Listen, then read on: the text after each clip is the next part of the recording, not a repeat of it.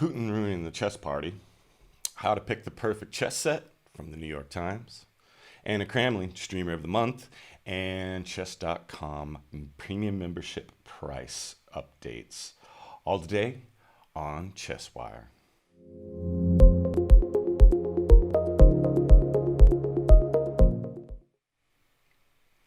Good morning and welcome to ChessWire. I'm your host, Adam Carter, with your morning news. Today is Friday, August 12th, 2022. If you have any questions, comments, please leave them in the chat and I'll get to them after the news. Also, if you're in the chess ecosystem and you'd like me to interview, please hit me up on my Twitter account at ChessWire. Also, please follow and subscribe for every new 20 subscriptions or every 200 new followers. I'll be giving away a $100 gift card to Amazon or a Diamond Premium membership to chess.com. All drawings are on Fridays. So now let's get to your news. So here, from Khmer Times, Putin is still king at World Chess Organization FIDE. Holger Henk. In the world of chess, everything is apparently still in perfect order. While there are sanctions in place against Russia and Belarus in the sport, they only apply to players. At the FIDE Congress in Chennai, India, on August 7th, the incumbent president Arkady Dvorkovich was re-elected. Until 2018, Dvorkovich was Russia's deputy prime minister and chairman of the board of the wartime essential Russian Railways. Since then, he has been the head of the World Chess Federation and will remain in the post for another 4 years. Among chess officials, there's a pretense that President Vladimir Putin's war in Ukraine does not exist, a politically and morally bankrupt declaration. Dvorkovich's opponent could not even achieve respectable success. The Ukrainian Grandmaster Andrei Bereshpolitz received just 16 of the 173 votes. The German Chess Federation, as announced 2 months ago, supported the defeated Ukrainian. Chess is also politics in Russia. Sports federations like to claim they are apolitical. This has never been true for chess, particularly not in Russia. Chess is much more than just a niche sport for nerds. Putin, a chess enthusiast, always likes to be seen with prominent chess players, although Dvorkovich has tried to distance himself a bit publicly from the Russian war of aggression. But the bottom line is that the signal sent by the chess is fatal. Once again, Russia's overwhelming influence in the sport has not been contained. On the contrary, despite global sanctions, Russia has managed to keep one of its own at the helm of the International Sports Federation. For Putin, that's a cause for celebration. Sure, Dvorkovich had a comparatively good record after decades in which FIDE had been marked by chaos and corruption. He had brought professionalism and mostly Russian sponsorship to the notoriously cash-strapped sport. He also had the smart idea of choosing the universally esteemed format world champion Viswanathan Anand as his deputy and a representative of the up-and-coming chess nation India. FIDE on the sidelines? But it's doubtful that FIDE under Dvorkovich can simply carry on as before. Western sponsors have deserted the sport, and Dvorkovich himself may soon appear on the international sanctions list. If that happens, it's over. Even Putin-affiliated former world chess champion Anatoly Karpov speculated before Dvorkovich's re-election. It is all a disaster for chess. After all, the board game is actually booming. In the COVID era, the sport partly shifted online. Chess has long ceased to revolve around the somewhat cumbersome official world championships. The still reigning champion, Norwegian Magnus Carlsen, has recognized the sign of the times. The 31-year-old does not intend to defend his title for the time being, but the world's best chess player by far will continue to play the game on his own. He brings money into the sport with his listed Play Magnus Group. A World Chess Federation that stands closely alongside the economically and politically isolated Russia will find it difficult to keep up. Other major chess federations, like Germany's, will distance himself even more. It is quite possible that the game has checkmated itself. From the New York Times, Wirecutter. How to pick the best chess set, James Austin.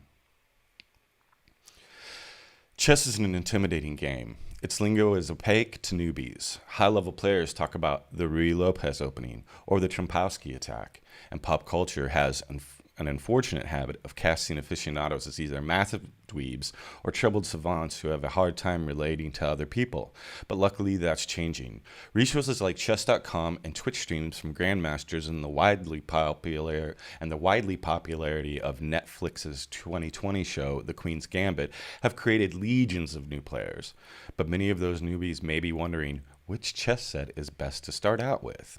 To find out, I spent 15 hours researching chess sets and sat down for an extended conversation with Ahmad Kachan, owner of Chess Forum, a New York City institution that hosts matches and sells all manner of chess books, clocks, and sets. Kachan loves chess, and he loves chessboards and pieces, but his advice surprised me. It doesn't really matter which chess set you get. There are hundreds of sets and millions of combinations if you start mixing things, Kachan told me during our talk. But ultimately, chess is a game that can be played anywhere with anyone. Kachan said that a set itself is just a means to an end, an opportunity for a conversation, one player moving a piece, introducing an idea onto the board, and the other player responding in kind. You realize eventually that this is what matters, the human contact, the precious moments you spend with people, the memories you create, Kachan said. And that memory can be created with a $10 set or $1,000 set. It does not make a difference. The ubiquity of chess makes it easy to pick up a first set. You can find bargain basement sets with chintzy plastic pieces and brittle cardboard boards just about at any department or drugstore. But if you want a full-size chess set that will endure years of steady play and be pleasant to use, you're going to want to spend a little more. Based on my research, I put the number somewhere around $30 to $40. Sets in this price range aren't statement pieces, but they sport classic looks and allow you to play chess comfortably as long as you want to pursue the hobby. Price, $40 at the time of publication. Who is this for? If you're getting into chess and want to play at tournaments with local clubs or in other organized play, an entry-level competition set like this, Deluxe Chess Set Combination, is a great place to start. Why we like it: the plastic pieces and vinyl mat will be familiar if you visited a local chess event or tournament. For example, if what you'd find set up on all the tables at the Chess Forum, the pieces are robust and come in various weights. Triple weighted is a common preference, meaning all of the pieces together weigh about 32 ounces, and the vinyl mat is marked with the rank and file row and column labels for notations. Ponson Creations 17-inch by 17-inch wood chess set. Price $40 at the time of publication. Who this is for: if you're looking for a set that look everyday classy on your coffee table and can be stored away easy when you're not playing, a basic wooden folding set is the way to go. Why we like it: a classic mix of aesthetics and affordability. This wooden set and others like it are a great introduction if you have a casual interest in the game but don't necessarily want to play in an organized group or participate in tournaments. These aren't the most detailed wooden pieces available, but they're the same size as the plastic ones and work just fine for casual games at home. Chess sets to last a lifetime. The appeal of a chess set is just as much cultural and aesthetic as it is functional. A $30 set of plastic pieces and a vinyl roll-up mat allows you to play the exact same game as an ornament marble board with a sterling silver chessman that sells for around $1,000. It's just that one looks much better set up on a coffee table or in a study. While you can find chess sets made from all sorts of materials, including marble, pewter, and even precious metals, a high-end wooden set provides a good balance of quality and relative affordability. The pieces in these fancier sets can come in a few styles, but most are some variations of the Staunton design, which is the most widely and recognizable style of chess pieces. Within this style, you'll find a number of sub-styles which can be most easily differentiated by looking at the knight. That's because it's the only piece on the board that can't be shaped with a lathe and instead has to be hand-carved. Each variation has its own claim to fame. For example, American chess superstar Bobby Fischer was a fan of Dubrovnik-style chess sets, a precursor to the Zagrebscene above. While the German-style knight has been used in many world championship matches and is one of the most common variants. Any choices based on aesthetics are ultimately going to come down to personal preference and taste, but these are good examples of chess sets that are wonderful to play with and can also serve as stately permanent pieces of decor. FIDE Official World Championship of Chess Series pieces. Price, $450 at the time of publication, board not included. Who is this for?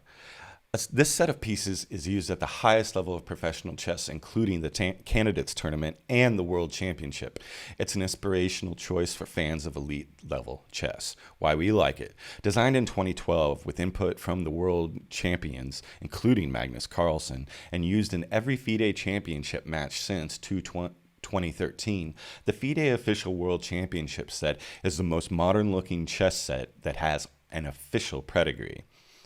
The more abstract design of the knight, which lacks distinct facial features that other sets include, provides a distinctive look without straying too far from the established thought and aesthetics.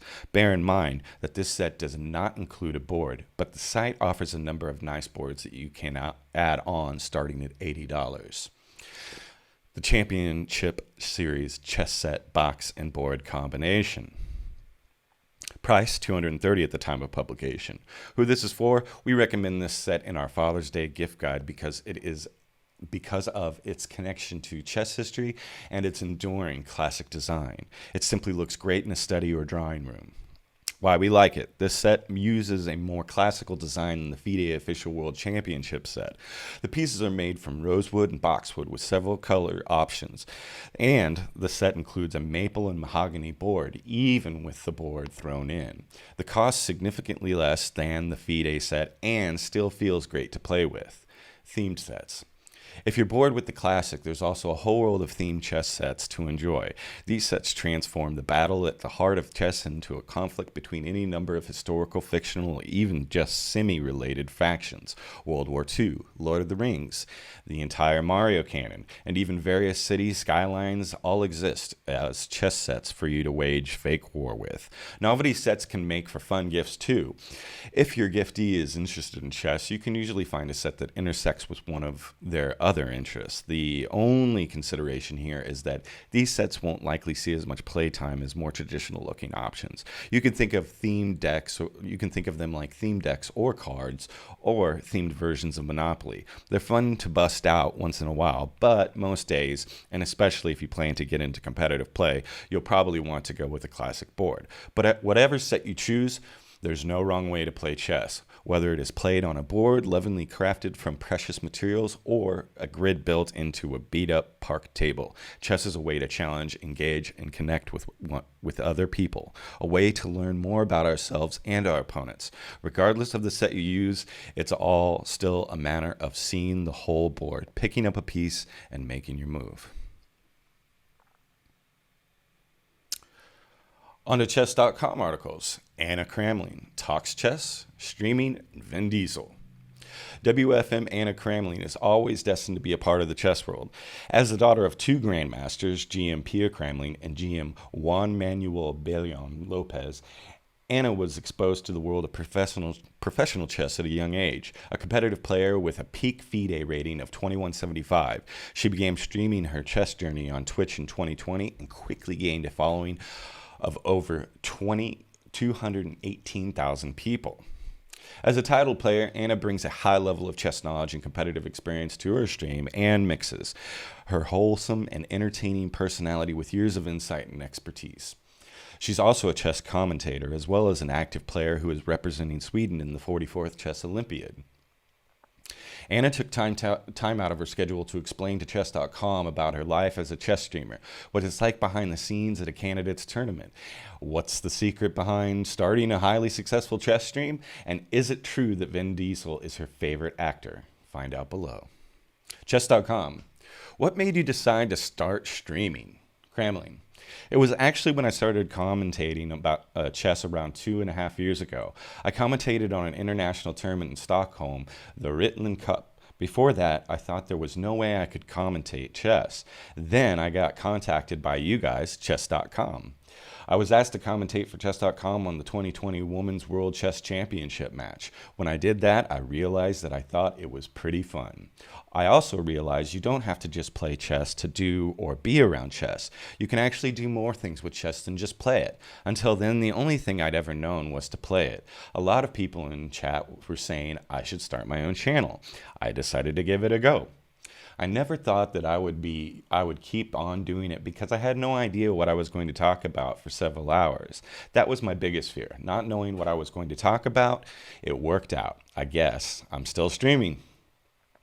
Who are your personal favorite chess streamers and why? I watch a lot of Botees live. I'm about a similar level to them in chess and think it's cool that even though they're not an IM or GM, they've been able to make chess fun for so many people. They're always innovative and doing new things. They've done so many cool things for chess and have started so many trends like playing hustlers and things like that. So yes, probably Botees live. How would you describe your Twitch community? People are definitely very wholesome in my community, and I'm really happy about that. I'm glad I've been able to build a community that is like this. I'm not the most wholesome person in the world for sure, but I try. I'm happy that this is reflected in the whole community and that everyone is nice together. During TwitchCon in Amsterdam, being able to see so many people come together and become friends just made me so happy. It's really cool to see people come back to the stream now that I'm home. I love it. I think that's one of the things that motivates me the most to keep going. The fact that I really love the people in my community. What's the most memorable or exciting moment you had on stream so far? Oh, there's lots of them. But I would probably say my 1-year anniversary is the one that comes to mind right away. A lot of people from my community sent a 10-minute video showing their faces and saying thank you for everything I've done. I cried on the stream. One of the mods had talked to my parents, so they knew about this, and they came into my room with a cake. That's probably the most touching moment that happened during the last few years. Just being able to see that you actually made an impact on different people. It's easy to forget when you're just streaming and doing your thing. Also, probably the challenges I've done. I've done so many challenges over the last couple years. What's the craziest battle challenge you've received or started while streaming? The thing is, I haven't received them. I've created them on my own. I don't know why I put myself through this, to be honest. I'd say the craziest one I've done is when I did the 2,200 challenge. I think I had to reach a 2,200 rating in a few weeks or a month. And if I didn't reach it, I had to tattoo 2,200 on my body. I also did a 2,100 or I'll dye my hair pink challenge, another 2,200 challenge where I'd wear a t-shirt saying I'll never reach 2,200 until I reach the rating. I've done a lot of them, but I think the craziest one was the tattoo one. I'm not a tattoo kind of person, so doing that would have been pretty big for me. As a titled chess player, do you feel any additional pressure while streaming? I don't think it puts any pressure on me. I don't really have any expectations that I need to reach a certain level. What I try to do is show chess in a fun way and bring in everybody and have them follow my journey.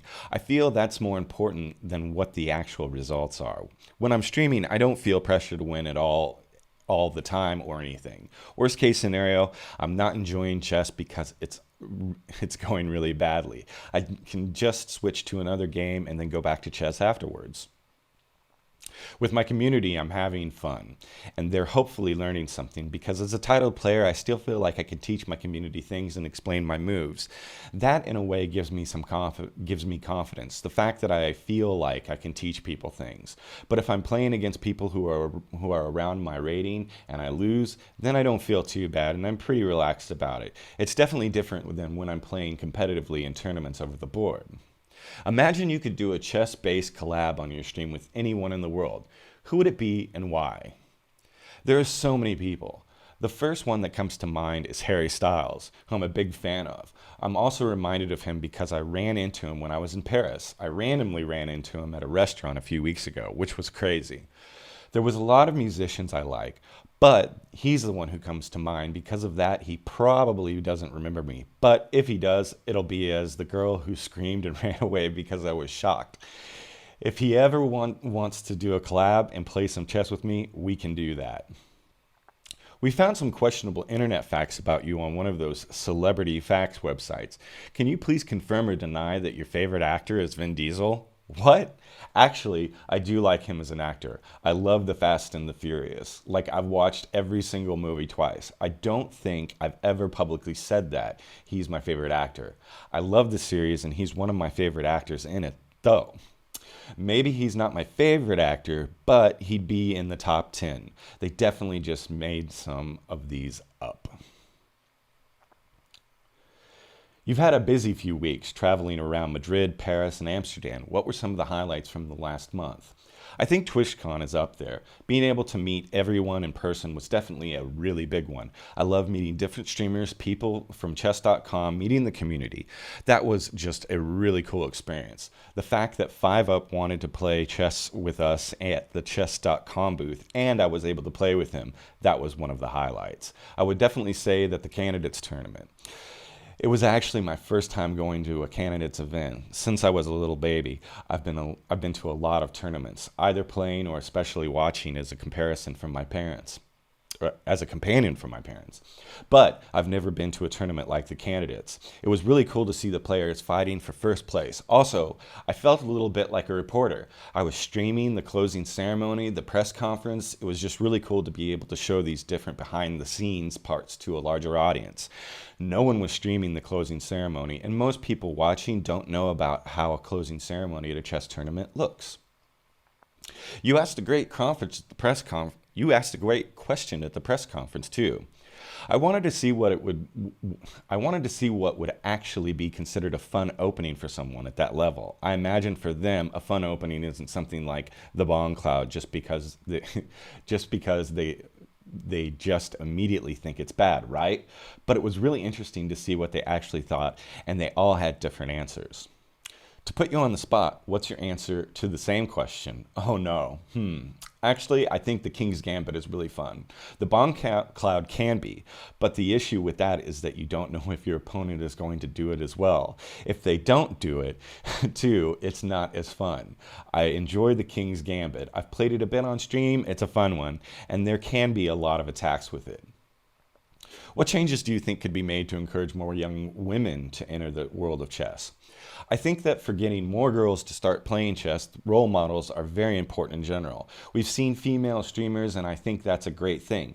But it's also very important to have a woman to have women who play chess in tournaments. People like GM Judith Polgar, for instance. People like that who are ambassadors for chess are very important. Judith Polgar has done a lot for chess after she retired from the competitive side of the game as well. I think that when girls see the other girls playing chess or women playing chess, this stereotype that girls don't play chess kind of disappears. Girls will think, oh, that looks cool. I want to do this too. How do you do this? Show me. That's kind of what I've been seeing in Sweden. Something that's been very fulfilling for me is knowing that there are a lot of young girls who've asked my mom, how can I become a chess streamer? Girls who are 10, 11, and 12 years old have asked that. And that's made me really happy and made me realize how important it is that we all have models in chess. How about at a chess tournament level? I think apart from that, in tournaments, it would be important to have more female arbiters as well. Just basically make playing a tournament as a girl not feel like something bad can happen. And if something happens, then they know who they can talk to. I feel like this is important to have a committee of people who actually understand that things like sexism can happen during tournaments. It doesn't have to be sexism, but also racism or anything else. But knowing who to talk to if something bad happens during a tournament and that there are consequences for it, I don't really feel like that exists now. If something happens, you can talk to the organizers, but But what if someone is friends with the organizer? There are a million things that can make you not want to go talk to the organizer. Making sure that the arbiters are going through the classes and training on how to act and not act, and making sure that they are not sexist themselves would be a good start as well. I think that would make a big change in tournaments. As far as role models go, players, commentators, ambassadors, they can be anything. They don't even have to be women. They can be men who promote women too. Just in general, lifting women up in these different areas would make a big change.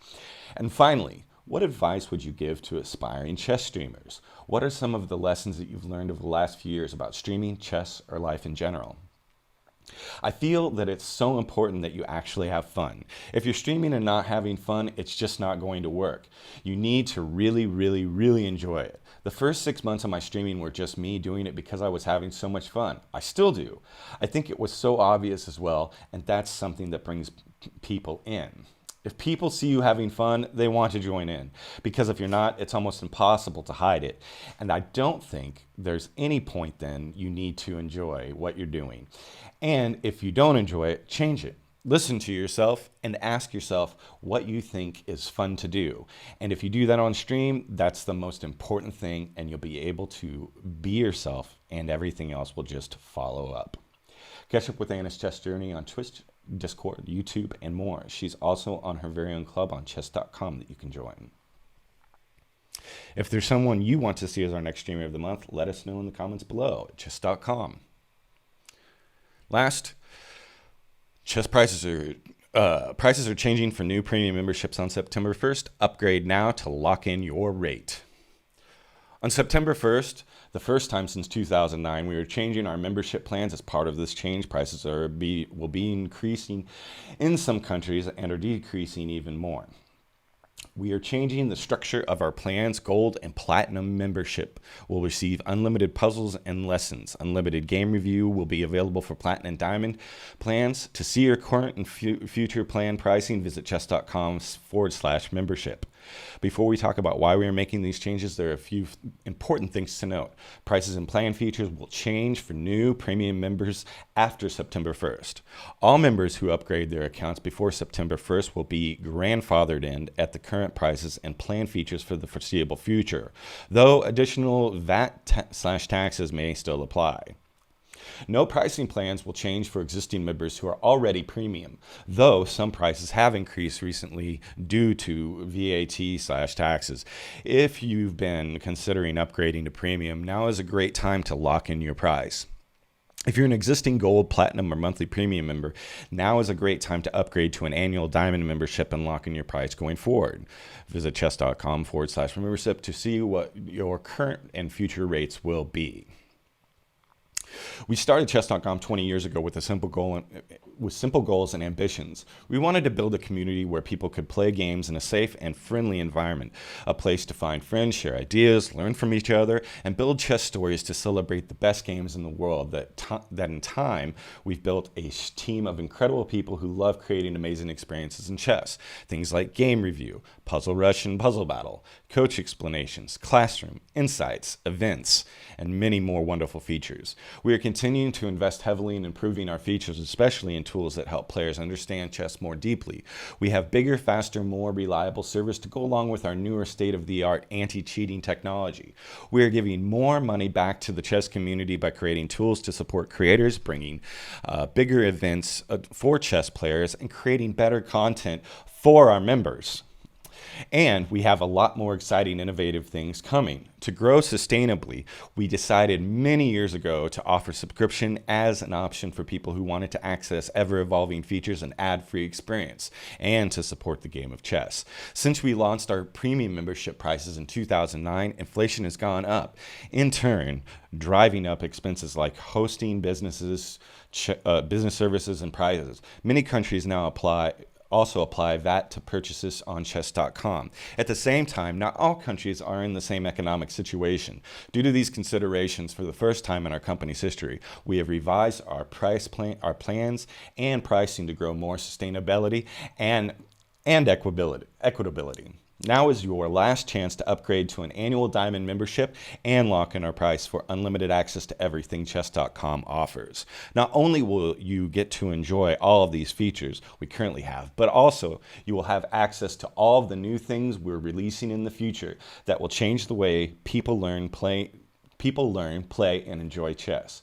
We truly appreciate the support you've given us over the past 20 years. Our mission of building the best online chess community has never been stronger, and we are committed to continuing to provide nearly 90 million members with the best possible chess experience there is. And now to questions, comments, and shoutouts. All right. I'd like to thank Salty Clown for following. I appreciate that. Sir Vernon, you followed. Thank you. And Mikey Slice rated me with a party of 12. Thank you, Mikey Slice. I appreciate that. Let's see here. What's going on with any questions? Let's just start from the beginning here. Salty Clown, yo, how do you make holy water? I make holy water with well, I don't make holy water. Let's see here. Reading the news might be a shtick. That is my shtick, Salty Clown. I am reading the news. But why though? Because I thought it would be a good idea to give people a place to go in the morning where they could just kick back with their coffee, check out the news real quick, and get going with their day, you know, on weekdays. Let's see here. What's the difference between a prostitute and a drug dealer? Oh boy. This is family friendly. This is a family friendly channel. Let's see here.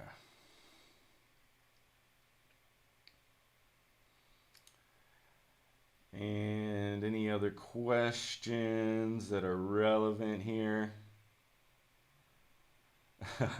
I think people do care about the news. I think they do. And I think they'll, you know, they really enjoy hearing it.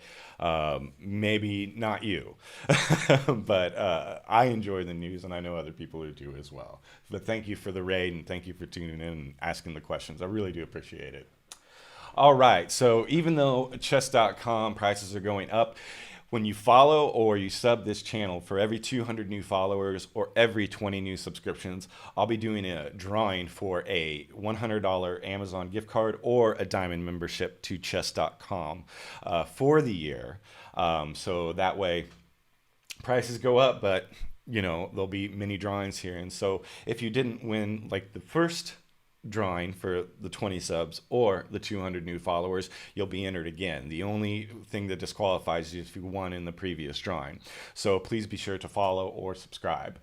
Also, you can follow me on Twitter at ChessWire to keep up when I'll be live and when new videos are posted. Also, I have a YouTube channel where this episode will be posted later today. So thank you for watching, listening to ChessWire. I'll see you all next week. Thanks.